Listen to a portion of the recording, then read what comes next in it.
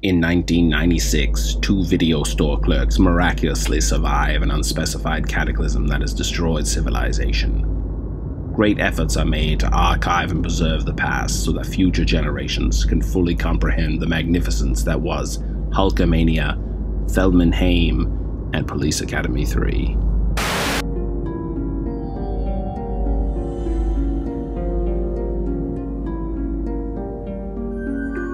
Oh, it is dark to be sure, but the only thing that you see through the darkness of the dungeon's crimson-stained tiling is a bloated frog corpse about 5 feet in length. Okay, no.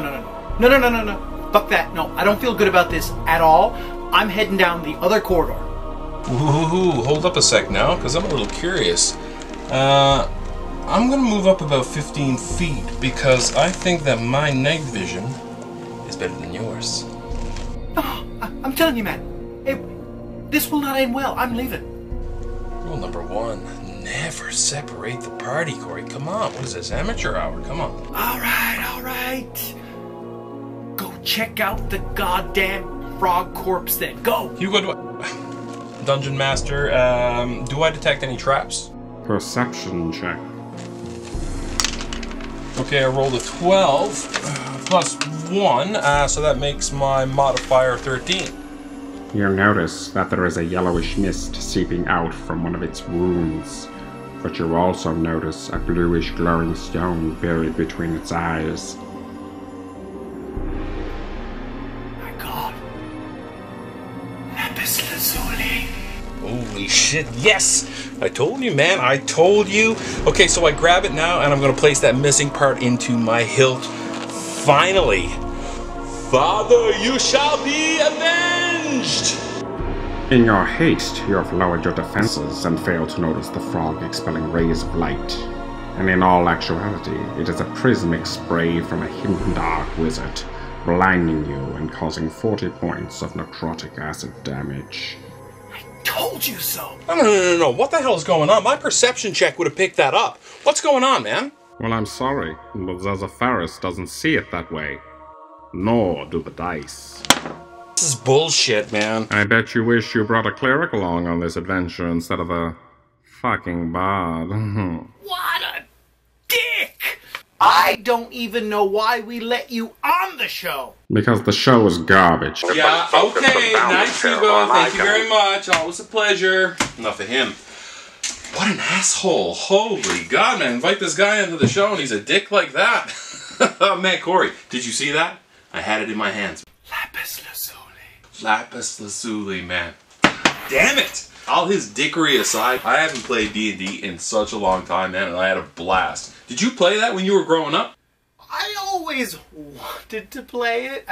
It called out to me, obviously, but my obsession was movies, television, comic books, both Marvel and DC. So I just never got into D&D, and it had nothing to do with a stigma or anything like that. Because let's be honest, it's not like my full run of Strike Force Morituri was getting me laid. I'm a regular anyway. For me, I really never played until we started to play here during the apocalypse, to be honest. But I will tell you, I know you like to rag on the bards, but I have always been a bard. I am all about the pageantry and performance. And I can rock the fucking air lute like no one's business. See, I was always the kid. I always loved being either the thief or the ranger. That was the major thing that I was into. But I gotta tell you, I was obsessed with D&D growing up. I would spend hours in my room when I was supposed to be doing my homework, just cranking Saxon, listening to Dio, just painting miniatures, designing all sorts of maps and quests, and sometimes I would just like steer off into like my King Diamond poster and just somehow wish that I would just get sucked into another dimension, like with big titty witches and bog demons, you know what I mean? Just armed with just the blackest of leather, the tightest of jeans, and a flying V that just shot off electricity when I used that fluid rose, man. Oh Jesus, man, you really took me on a journey. You just mind fucked me with that imagery, I gotta say. Woo, you have given this a lot of thought. Oh my God, even to this day, that is the most beautiful imagery I could possibly think of. Man, oh man, the metal. What was your first metal album that actually kind of left an impact on you? Knowing what I know about you, just the vibe you give, I'm willing to say probably Iron Maiden, Power Slave. No, I would have to say Bangles. Yeah, okay, cool. But no, seriously, what was your first metal album? Alright, since I feel like I definitely failed some sort of test, I'll say Meatloaf? You're serious? Like, you never... Like, I know you and I have shared different musical tastes over time since I've gotten to know you, but you really weren't into metal at all, were you? Oh, no, man, not at all. Almost 0%. Other than, of course, I knew it from other aspects of my life where it was a thing, but no, I was not a metal fanatic.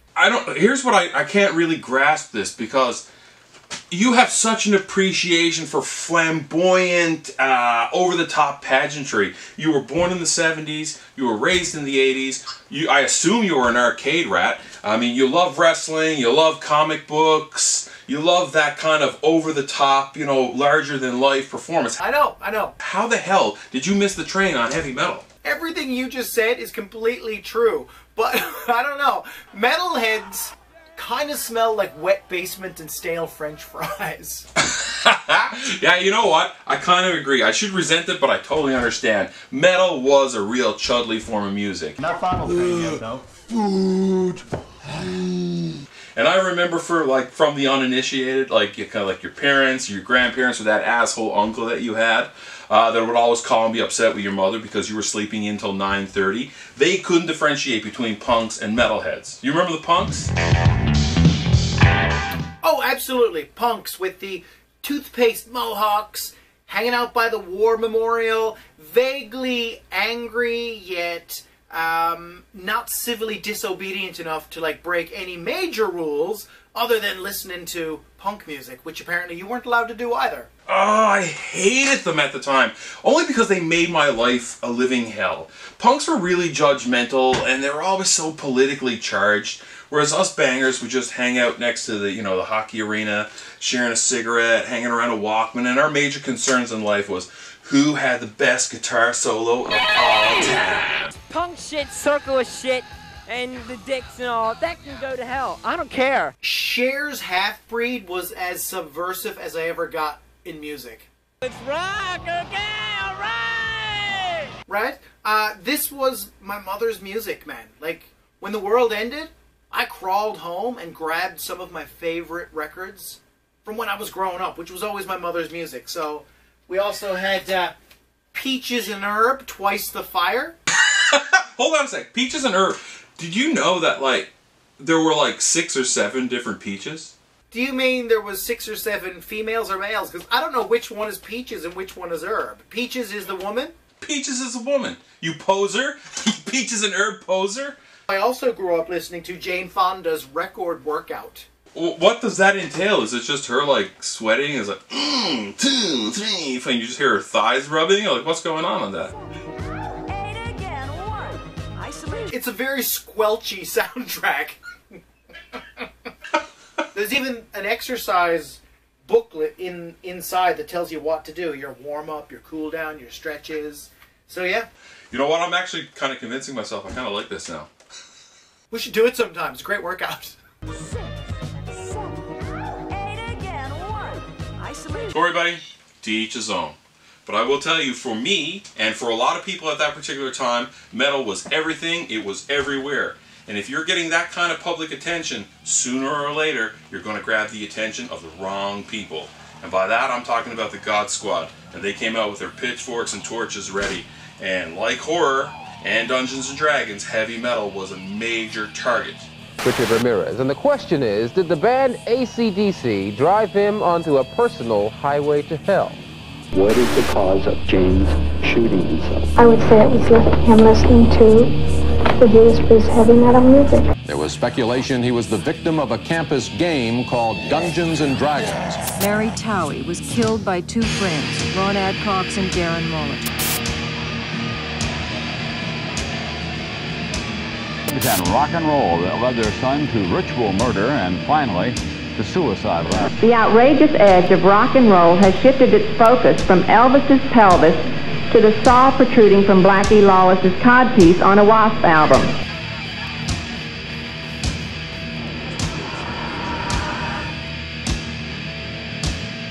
Richard Cazzo was a dropout, a drifter, and a drug user and dealer. He had a fascination with the devil.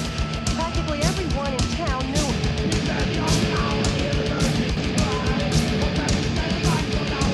County New York police say that a teenager charged on an oath. The boy's parents say Osbourne's music pushed their son over the edge to suicide. Their music and their lyrics is espousing Satan worship and drugs among our kids. I picked up the shotgun. I shot myself. Oh my God.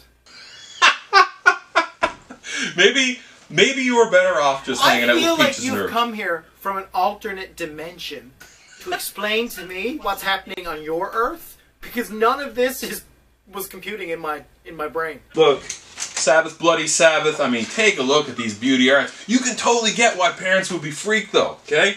Then you got AC/DC, Highway to Hell. Just a majestic album. Judas Priest, Stained Class.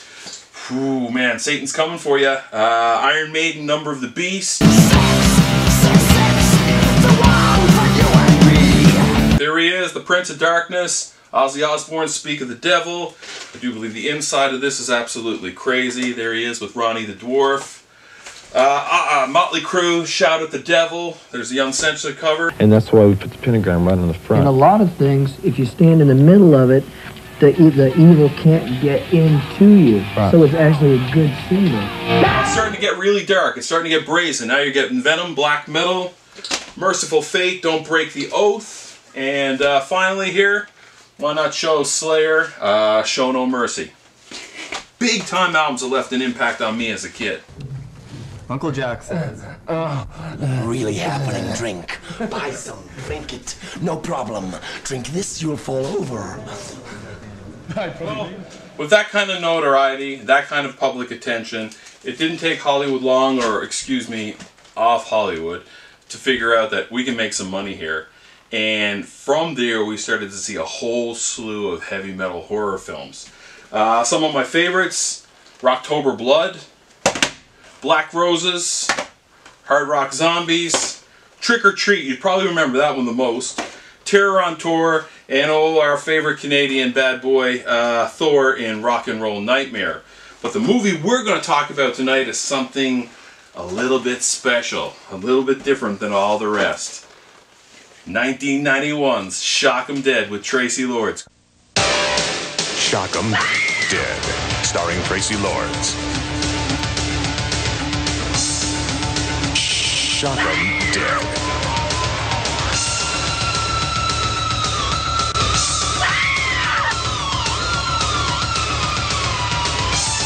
Tracy Lords.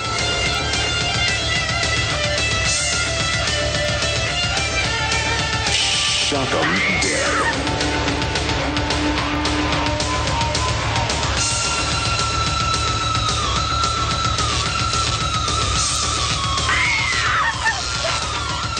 For the girl of his dreams, he'd make a deal with the devil. Shock 'em Dead. Corey, do you remember it? I did see Shock 'em Dead. Now, I was a little too young at the time to know the real story of the movie. Would be hard to talk about Shock 'em Dead and not mention Tracy Lords and that little scandal. 86. The biggest scandal in the history of the multi-billion-dollar pornography industry erupted when the FBI discovered that an underage girl had starred in more than 100 X-rated films. At the center of that scandal was a teenager known as Tracy Lords. You know, it's like, where were you when Kennedy got shot? Where were you when you found out that Tracy Lords was a minor? Shock 'em Dead was kind of notorious at the time because this was really kind of trying to capitalize on the Tracy Lords porn scandal. This was one of her first post-porno movies, and the porno is not really the scandal here. It's the consenting adults do what you do, but she was kind of a kid and all of that. So, it would be easier to say Tracy Lords is a bimbo. I mean, that is so typical. I remember in the video store where I used to hang out, I used to run errands for the girls, and they used to have this 5-foot Tracy Lord standee, and I used to put my name on everything. But this guy, Mike, who worked there, he beat me to it. But I do have something here that's pretty cool.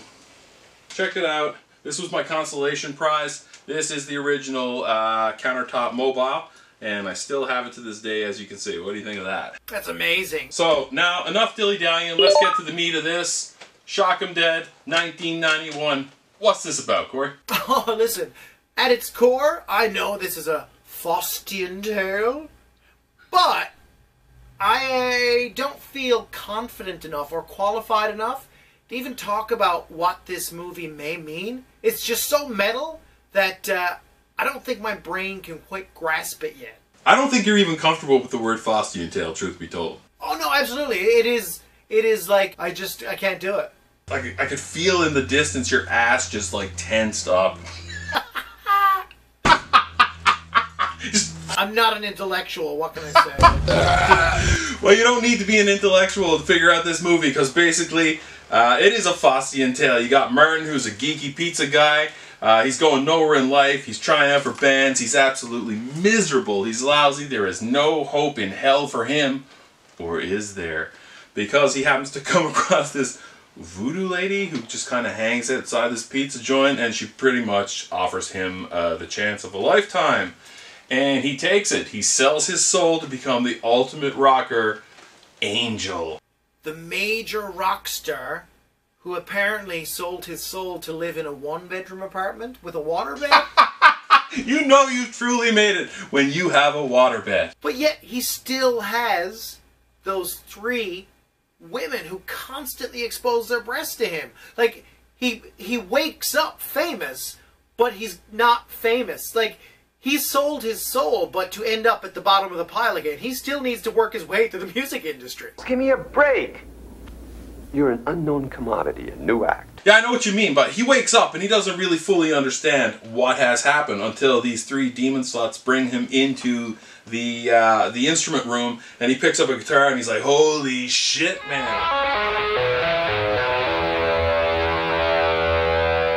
There's something we gotta do. It is incredible. And I'm glad you mentioned the 3 demon sluts. Corey, I gotta ask you, before we even go into the next part, considering what we're talking about here tonight, I'm real curious. Would you? Would I what? Would you sell your soul to the devil? Yeah, I mean, I would for, I guess, the right things. Well, what would it take, okay? If you're in Martin's situation here right now, are you going to pretty much go for that? Or what would you sell your soul for? I've always wanted a complete set of Masters of the Universe figures and vehicles. You'd sell your soul and be eternally enslaved to the Dark Master for a set of Masters of the Universe figures. Okay, you make me rethink it.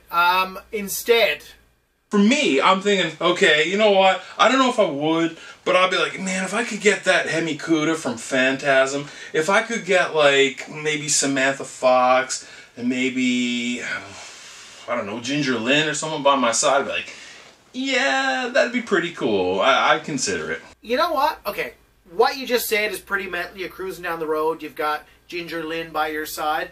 But I gotta tell you, I'm defending myself. Masters of the Universe, I think is pretty metal, actually. Masters of the Universe is pretty much something that you would see airbrushed on the side of someone's van at one particular point. So I absolutely agree. But why not just make a deal with the devil that you could get sucked into Eternia, home of the Masters of the Universe. Live it out rather than playing with these plastic fucking dolls. I don't want to go to Eternia. Eternia's a fucking madhouse. That's like me too. Like, I love Dungeons and Dragons and stuff like that as a kid, but now that I think about it, if I did get sucked into a D&D realm, like the f***ing realms, I think realistically I would be an innkeeper at best. Oh God, who do you think Ginger Lynn would be? Oh, Ginger, no, she would be some... She's in a car with you, you're cruising down the road, you both get sucked into a vortex, you're an innkeeper. What is Ginger Lynn? Oh, no. She is hanging out in the crypts of Ravenloft. She is definitely going to be like some sort of like incubus. Definitely. Like some sort of like one of Count Strahd's like vixens out to just suck you dry. I was thinking entertainer, but... Oh, you wanted her to be a bard again, did you? You know I love my birds. Give it up. Oh, that's the difference between you and I. Oh, you know what? Actually, fuck you. I take it back. Then I would be pulled into Weird Science with you, and we would live the plot of Weird Science. Oh, man. Okay, now you've made an asshole out of me. That is probably one of the nicest things someone's ever said to me. So you're going to sell your soul, but do I have to sell my soul, or am I just randomly just like, I'm Entourage? You losing your soul? Because that sounds awesome for me. Unfortunately, I've pulled you unwilling. Sorry. You waited till I was drunk one night. You're like, here, sign this. So, yeah, but we're going to spend eternity together reliving the plot to Weird Science, man. My mind couldn't process that at first. When you said Weird Science for a second, I thought you meant my science project with Fisher Stevens and John Stockwell, and I'm like, yeah, okay, cool. No, man. Just all you need to think, 2 words. Kelly LeBrock. Yeah, well, I'm going to give you 2 other words that we better consider, because we're going to need help from Satan, because we'll also have Steven Seagal after us. Alright, so that means it's official. We're talking angels and demons. And since we've already talked about Angel, let's get into the main characters, and, well, let's leap straight to the demon sluts. Monique, Michelle, and who's the third? Marilyn. Marilyn, yes. So they promptly enter a scene, bare their breasts, clothe their breasts, and say something and leave a room. In that order, generally. I didn't know that their lives were intertwined and they were actually characters who'd lost their souls too. One of them had cancer, one was horribly burned. The one that kind of looked like Madonna, early days Madonna. I didn't even know they had names till we sat down to talk about this. You are so sexist, man. Yeah. No, it's not that. Like, I don't think they said their names. I don't know. How do you discern who is who? All right, so that's one group. Why don't we flip it around and look at... let's look at this awesome metal band.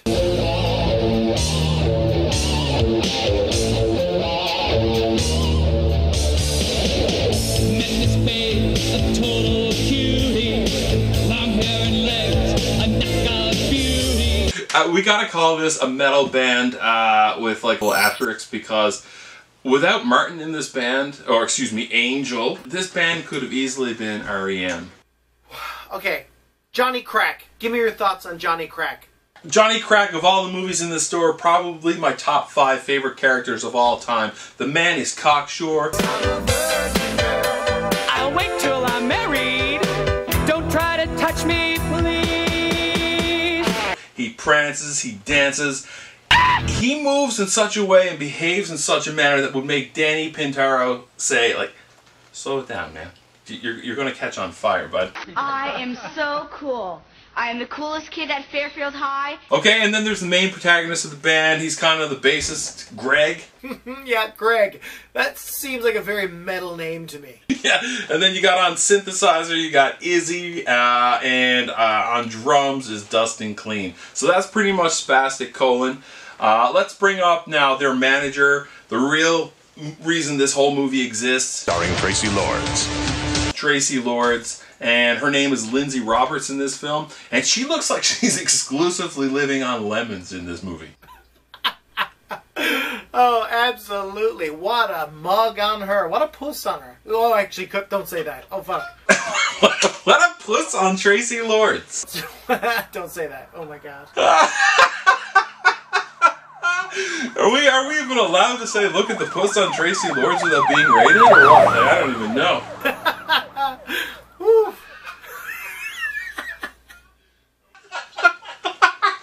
This movie was such a ball heater because, you know, it's all surrounded, like, around... This film's raison d'etre is, you know, like, Tracy Lords' post-porn career. So, you know, it's like, oh my God, Finally, we can see her like naked in a legitimate film. And is she naked at all, Corey? Oh, no. I believe she had a no nudity clause. What a ball heater. She did her first movie with Roger Corman's Not of This Earth, that remake. She had it, but that was the last time that they said that she would ever appear to be naked in a film. Good for her. Good for her. What a role model. And I guess there's only one other character I want to mention. Who? Satan. Oh, shit. You sound like the church lady. Could it be Satan? Yeah, Satan plays a big factor in this film, eh? And man, holy God, is he not... He's like the most metallic image you could possibly think. You remember when he's there and he's just playing the axe and there's those two babes wrapped around his legs? Oh, I gotta say, that V pointed straight at the crotch was the most sexual thing I've ever seen in a movie, including any pornos. Can you imagine how exhausting it would be to be that metal at all times? Like, when, pretty much when Martin's dream ends and he wakes up, can you imagine, like, how does Satan react with the snake around him and the girls and he's playing the guitar? It's like, what do you think happens when the camera stops rolling? Oh my God, he can't wait to just go back to his room and pop a beer and watch WKRP. Let his giant belly flop out and be like, woof! I am oversexed. Now let's talk erotic kill, sex and violence.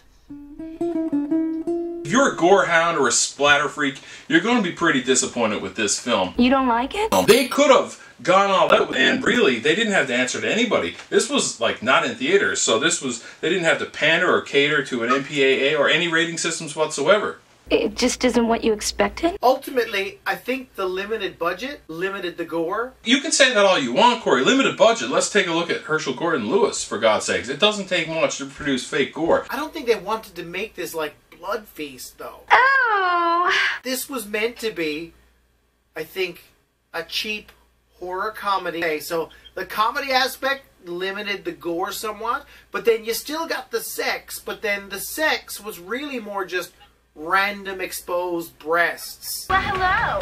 I'm Marilyn. You're cute. This movie doesn't have a mean-spirited bone in its body, but it's really pervy. Is this all mine? Everything you see. It felt like a sexless porn parody of Saved by the Bell. When I wake up in the morning and the longest I don't want it, I don't think I'll ever make it on time. And it also felt like an episode of Kids in the Hall, that episode where Bruce McCullough plays Bobby Terrence, taking on the devil in a guitar off. Well then let's rock. It is so written, so now let it be played. At the end of the day, yes, it is pervy, but at the same time, look who its core demographic is. What is it going to take to get a teenage boy's interest? The clock is ticking. I have to get jamming. Titties and beer. Titties and beer! Look, you can call this chauvinistic, you can call this piece of trash, but at the end of the day, these demon sluts, this nudity, it has everything to do with the narrative, so therefore it's no longer sexist. Philip, you missed your calling. You should be an inner city high school teacher. Stand and deliver. What was that movie with Michelle Pfeiffer where she's the substitute teacher in that inner city school? She's like, hey guys, how about I show you some karate moves? And they're all like, whoa. Dangerous Minds.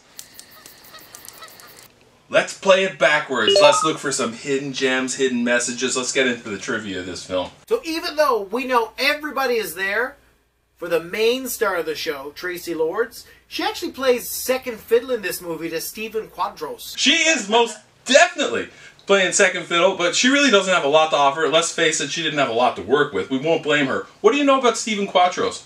Oh my God, nothing, man. Please lead me through this. Are you shitting me? I have no idea. Even though he doesn't play guitar at all, did you know that he was actually a drummer? He actually was a drummer in a band called Snow with Carlos Cavasso from Quiet Riot. And he was actually flown. Kiss flew him in to audition to be their drummer. Wow. And how come he wasn't Kiss's drummer then? He had tinnitus. There was something wrong. He couldn't do it. He just couldn't keep up with it. But he is actually a mixed martial arts champion, or he's involved with mixed martial arts, as far as I know. He doesn't play guitar. Well, that's no shock. Who's playing guitar in this movie? Michelangelo Batio. And I tell you, man, he is a laugh. I'm going to give you the keys to the Lamborghini. If you ever were the type to buy Metal Edge magazine, there was always a page for advertisements for these instructional videos to play and learn how to play guitar like Yngwie Malmsteen and Michelangelo. And this is lesson 1 of metal methods. And it's absolutely outrageous. He's actually the devil in that scene. That guitar, that fucking, the two ladies, oh my god, you know, I gotta tell you, I worship the Dark Lord for just a few minutes. He played in a band called Nitro with Jim Gillette, and they were kind of like a novelty band. Jim Gillette could break glass with his high-pitched screams. It's an absolute riot. You gotta check it out. Corey, there's a reason why no wrestler ever came into the ring to Peaches and Herb. Absolutely. You've got me energized. Way more energized than even Shock 'em Dead. I don't know if that bodes well for Shock 'em Dead on your end of the vote, but I'm going to do my best to change your mind tonight here, damn it. Well, what a perfect segue as I stand here and adjust my chainsaw codpiece. Should this movie be saved? But I couldn't make bail and I dragged her off and threw the buddy in jail. This is a joke, right? As a horror purist, this is not the best movie. Hey, if you've got something to say, why don't you just come out and say it? I wanted to love it. I really did. That was terrific, man. It was great. Maybe it's the restraint the movie had at all times. Had Shock 'em gone for it, maybe I'd feel a little differently. There are a ton of low-budget movies with a whole lot more gore and better performances. There are a zillion flicks with better sex. What do you want from me? You want me to lie to you, look you in the eye and tell you this is the greatest horror film ever made? This is the greatest heavy metal film? No, it's not. There are better Tracy Lords movies, for fuck's sakes. What I find so charming and endearing about this film, nah, it ain't Tracy Lords. I think it's because the film perfectly captures the tail end of a very good time. This is 91. Metal is long in the tooth. Judas Priest, Iron Maiden, Y&T, Saxon, all these bands are ready to implode. All those coke-fueled wild nights, hot and crazy days of the Reagan era. And if you don't want to take me serious, you don't have to. But all I'm saying is this face, people are going to fucking remember it, okay? And it's going to go down in history, and I know that. They're coming to the end. Because if they had any foresight whatsoever, all they had to do was look off in the distance and there was a storm cloud brewing from Seattle. And what did it bring, Corey? Grunge. But not just that, Corey. It brought the end of the thing we love the most in this world, pageantry. We went from this to that. Everything that was once considered boss, awesome, or totally rad now became garish, obscene, sexist, and quite frankly, embarrassing. It's worse than that. Here's another reason why I think that we should save this film. It's a cautionary tale to any child out there that survived in this wasteland. If you happen to come across this glowing red BC Rich warlock, and you're gonna master that thing, and you're gonna struggle, you're gonna torture everyone around you, and you're just sucking it up real bad, and you keep on giving her, and you're just not getting any better, and you're getting ready to quit and throw it away, you just remember this old joke that I'm here to tell you. How do you get to Carnegie Hall? Practice, practice. Practice, practice, practice. Practice, practice, practice. Practice! Oh, but of course. But then again, according to Paganini, Robert Johnson, Jimmy Page, and now Martin Angel. Perhaps there's another way.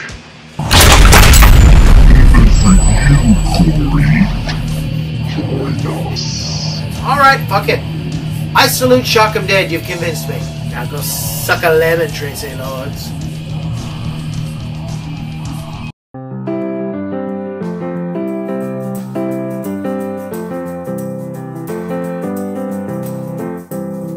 Sky's falling, the world is ending, and I'm rewinding these videotapes.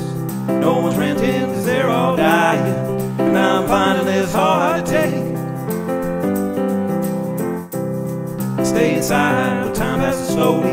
Save pop culture one film at a time. So when this madness is finally over, I can serve the next person in line. Can't stop working, 'cause that leads to thinking I'ma catch this deadly disease. I got one friend who always reminds me that it's life after late fees.